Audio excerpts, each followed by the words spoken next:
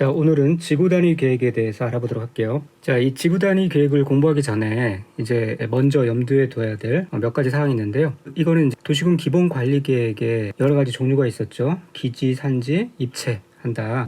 그럴 때 이 지구 단위 계획이 있었어요. 그러니까 도시 관리 계획의 하위 개념이다. 그렇게 생각하시면 되고요. 기존 이제 용도 지역, 용도 지구, 용도 구역 등의 그런 토지 이용 규제 체계를 좀 보완하거나 정비하기 위해서 수립되는 계획이다. 그렇게 생각하시면 돼요. 그러다 보니까 소규모 맞춤형 계획, 그렇다고 뭐 개별 필지별로 하는 게 아니라 그 필지를 묶어서 지구를 만들어요. 그 일정 지역을 만들어 가지고 그걸 단위로 통합적인 계획을 수립하는 겁니다. 그래서 지구 단위 계획이다, 그렇게 얘기를 하는 거예요. 그래서 이게 소규모 맞춤형 계획이다 보니까 제법 정밀한 계획이 들어갑니다. 그 지역에, 그 지구에 건축물의 용도, 건폐율, 용적률, 높이, 뭐 색채 이런 것까지 포함해서 정밀한 계획이 들어가는 거예요. 그리고 그 지정권자도 밑단의 이 행정권자, 즉 시장, 군수, 구청장 등이 이제 지정을 하고요, 관리를 합니다. 그런 사전 지식을 좀 알고 들어가면 되고요. 어쨌든 그래서 지구 단위 계획구역으로 지정되었다 그러면은 그 지역에 있는 사람들은 이제 소위 로또를 맞는 거죠. 그 지역이 개발 지역으로 딱 지정이 돼서 개발이 되면서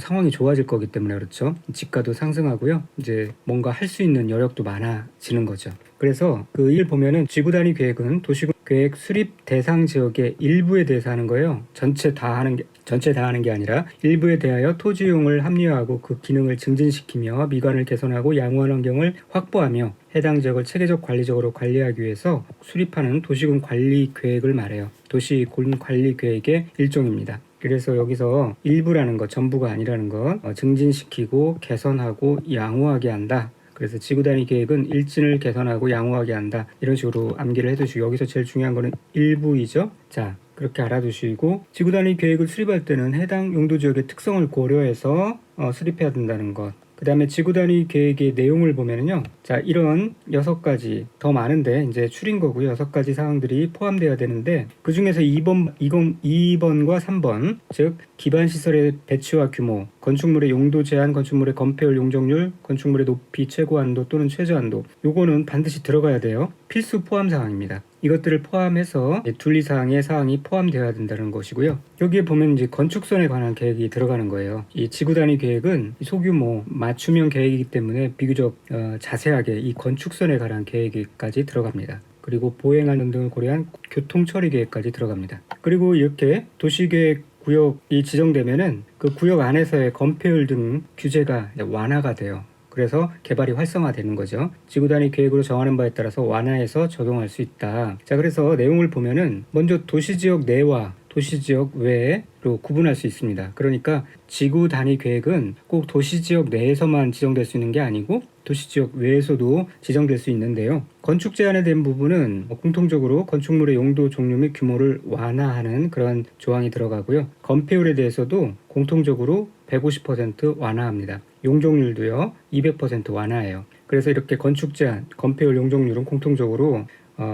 이렇게 완화해 준다. 그렇게 아시고, 대신에 건축물의 높이 제한, 이거는 도시지역 내에서는 120%까지 완화해 주는데 도시지역 외에는 규정이 없어요. 이제 그대로 간다는 거예요. 주차장 설치 기준도 100%까지 완화해 주고요. 도시지역 외에는 규정이 없습니다. 자, 이 말은 무슨 말이냐면 이제 구체적으로 아래 나와 있죠. 지구 단위 계획 구역의 지정 목적이 한옥마을을 보존하는 경우, 또는 차 없는 거리를 조성하고자 하는 경우, 또 차량 진입 구간을 지정한 경우에는 주차장 설치 기준을 100%까지 완화하여 적용할 수 있습니다. 100% 완화한다는 말은 무슨 말이냐면은 정상 기준이 한 대당 1이에요. 근데 100%를 완화한다는 것은 0까지 낮출 수 있다는 의미예요. 그래서 이제 이 내용만 보면은 주차장을 설치하는 것을 생략할 수 있다. 주차장을 설치하지 않을 수도 있다라는 얘기인데, 실제로는 뭐 거기까지는 안 가고 이제 100%까지니까요. 뭐 50% 혹은 80%까지 그 상황에 따라서 완화해서 적용을 하겠죠. 자, 그리고 여기에 이제 대지 분할과 건축선에 관한 완화 규정은 없습니다. 자, 그래서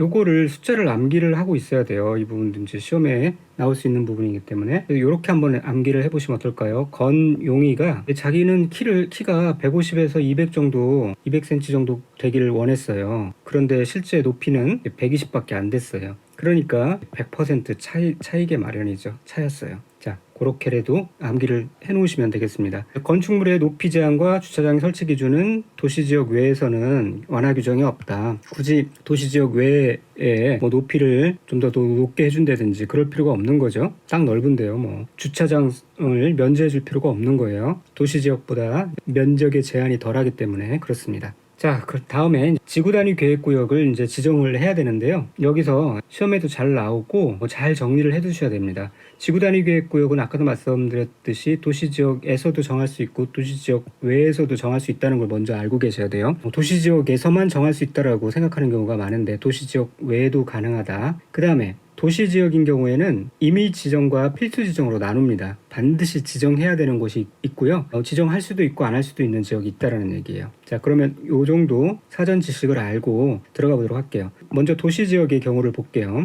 국토교통부 장관, 시도지사, 시장, 군수는 이런 지역에 해당되면은 그 지역의 전부 또는 일부에 대해서 지구 단위 계획구역을 지정할 수가 있습니다. 전부 지정할 수도 있고요. 일부에 대해서 지정할 수도 있어요. 자, 아까 지구 단위 계획구역의 정의에서는 도시군 계획 수립 대상 지역의 일부에 대해서 지정을 한다고 그랬잖아요. 수립한다고 그랬잖아요. 여기에서는 도시지역의 경우 이 아래 지역에 대해서는 전부 또는 일부에 대해서 지구 단위 계획구역을 지정할 수 있는 것이고요. 그러니까 이런 차이가 중요하게 되겠죠. 자, 그러면 이렇게 도시지역에서 지구 단위 계획구역을 지정할 수 있는 지역을 보도록 할게요. 대체로 상황을 보면은 도시기능 재배치 정비가 필요한 지역, 토지의 활용 잠재력이 높은 지역에 지정을 하는데요. 그런 지역이 어딨냐? 용도지구, 도시개발구역, 정비구역, 택지개발지구, 대지조성사업, 지구, 산업단지와 준산업단지, 관광단지와 관광특구 이런 데입니다. 뭔가 좀 더 심화해서 개발할 필요가 있는 지역이라는 느낌이 들죠. 그 다음에 어떤 지역이냐면은 개발제한구역, 도시자연공원구역, 시가화조정구역, 공원 이런 데가 아니라 이런 데에서 해제되는 구역. 자, 더 이상 개발 제한이 안 되는 것이고요. 도시자연공원구역이 아니고 시가조정구역으로 개발이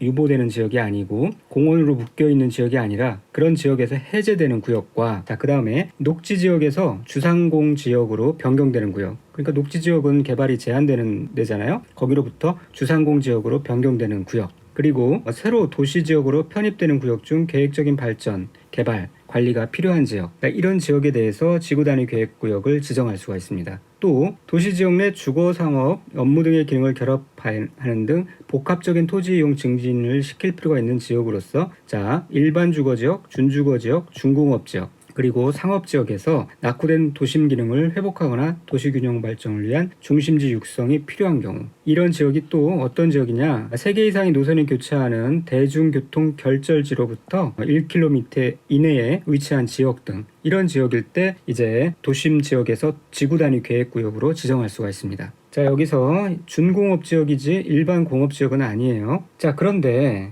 정작 시험에 더 나오는 것은 어디냐면은 이제 필수적으로 지정해야 되는 지역이에요. 위에는 지정할 수 있는 거죠. 지정해도 되고 안 해도 되는 거예요. 지정권자 마음이에요. 그런데 반드시 지정해야 되는 곳이 있다라는 거죠. 자, 이 밑에 이에 해당되는 경우는 지구단위 계획구역으로 지정해야 합니다. 자, 그런 지역이 어딨냐? 정비구역, 택지개발지구에서 시행되는 사업이 끝난 후 10년이 지난 지역. 자, 그 다음에 체계적 계획적 개발 관리가 필요한 지역으로서 그 면적이 30만 제곱미터 이상인 지역 중에서 시가 조정구역 또는 공원에서 해제되는 지역, 녹지지역에서 상업, 공업, 주거지역으로 변경되는 지역 이런 지역인 경우 반드시 지구단위 계획구역으로 지정해야 합니다. 자, 이 내용은 좀 익숙하죠? 바로 앞에 나왔던 내용이에요. 시가와 조정구역, 공원구역에서 해제되는 구역, 그리고 녹지지역에서 주상공지역으로 변경되는 구역. 요거였죠? 자, 여기서는 이제 면적에 대한 조건이 없었는데 반드시 지정해야 되는 경우는 이제 30만 제곱미터 이상인 그런 면적인 경우는 반드시 지구단위 계획구역으로 지정해야 된다는 거예요.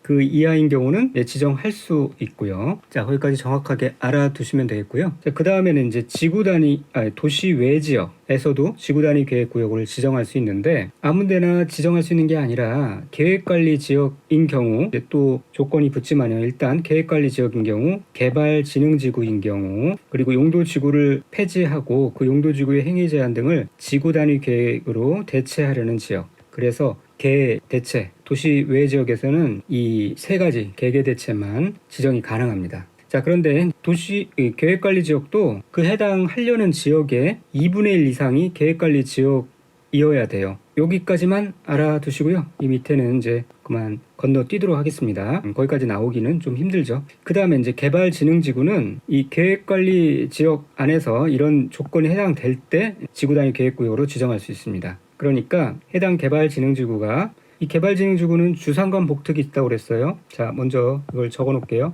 주산관 복특이 있는데 각각의 이 개발진흥지구가 이 아래의 지역에 위치할 때, 즉 이 주복특이 계획관리지역에 위치할 때, 그렇죠. 주복특이 계획관리지역에 위치할 때, 그 다음에 산보기가 개생농지역에 위치할 때, 또 관광휴양개발진흥구가 요것이 관농자 지역에 위치할 때, 그럴 때 지구단위 계획구역으로 지정할 수가 있습니다. 이거 좀 헷갈리죠? 그래서 이게 여기까지 외우기가 좀 힘들 수 있겠지만 지금은 건너뛰더라도요, 시험 전에 한두 번 이렇게 입에 발라 놓으시고 혹시 시험에 나오면은 바로 맞출 수 있도록 그렇게 하시면 되겠는데요. 이렇게 쓰면서 암기를 하시면 됩니다. 저와 똑같은 순서대로 쓰시면 돼요. 주, 산, 관, 복특 이렇게 쓰시고, 그 다음에 개생농, 관농자. 자, 이게 무슨 뜻인지 알겠죠? 이 주거개발지구, 복합개발진흥지구, 특별개발진흥지구는 계획관리지역에 위치할 때 지구단위 계획구역으로 지정할 수 있다는 거고요. 똑같이 개생농 지역에 관광휴양개발지구는 관농자 지역에 위치할 때 지구단위 계획구역으로 지정할 수 있다는 내용이에요. 그래서 이 순서 그대로 시험 전에 몇 번 써보시면서 대비를 하시면 되겠습니다. 그리고 이제 용도지구를 폐지하고 용도지구의 행위 제한 등을 지구단위 계획으로 대체하려는 지역, 이런 경우 지구단위 계획구역으로 지정할 수가 있습니다. 그리고 지구단위 계획구역 지정이나 이런 계획도 그 상황에 따라서 실효를 할 수가 있죠. 어떤 경우냐, 지구단위 계획의 미수립에 따른 지구단위 계획구역의 지정의 실효를 살펴볼게요. 지구단위 계획구역으로 지정되는데 막상 지구단위 계획이 이제 수립되지 않는 거예요. 지구단위 계획구역의 지정에 관한 도시군 관리 계획의 결정 고시일로부터 3년 이내에 그 지구단위 계획구역에 관한 지구단위 계획이 결정 고시되지 않으면요, 그 3년이 되는 날의 다음 날에 효력을 잃어요. 실효됩니다. 그래서 이 지구자를 이렇게 쓰잖아요. 이게 꼭 3자 같기도 하죠. 지구 3년이다 라고 그렇게 암기를 하시면 잊어먹지 않을 것 같고요. 그런데 어떤 경우 사업이 미착수되면 지구단위 계획 결정이 또 실효될 수가 있어요. 특별히 주민이 위반을 제한한 지구단위 계획에 관한 도시군 관리계획 결정의 고시일로부터 이때는 5년 이내에 허가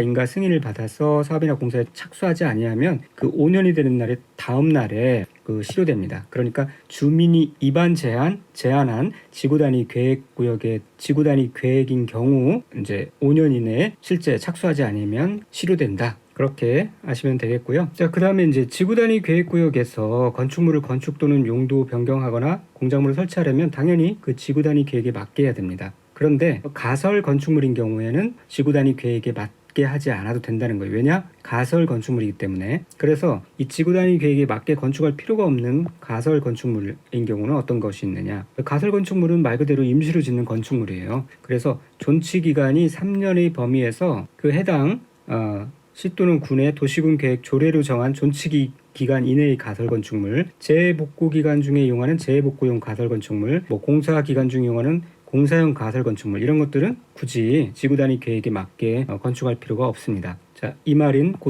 것이죠. 이런 거를 하려면, 가설 건축물을 건축하려면 지구단위 계획에 맞게 하지 않아도 된다라는 건데요. 뭔가 뭐든 하여튼 계획에 맞게 해야 될 것 같은데, 이렇게 나오면은 머리가 순간적으로 돌아가지 않으면은 이걸 이 틀린 거구나라고 답을 정할 수가 있어요. 자, 그런데 이 가설 건축물인 경우에는 지구단위 계획에 맞게 하지 않아도 된다 라는 것을 잘 체크하시기 바랍니다. 자, 오늘은 간단하게 이렇게 끝내고 다음 시간에는 개발 파트에 들어가서요, 개발행위 허가부터 보도록 하겠습니다. 믿고 따라오시면 단시간에 원하는 점수를 충분히 획득할 수 있도록 그렇게 도와드리겠습니다. 감사합니다.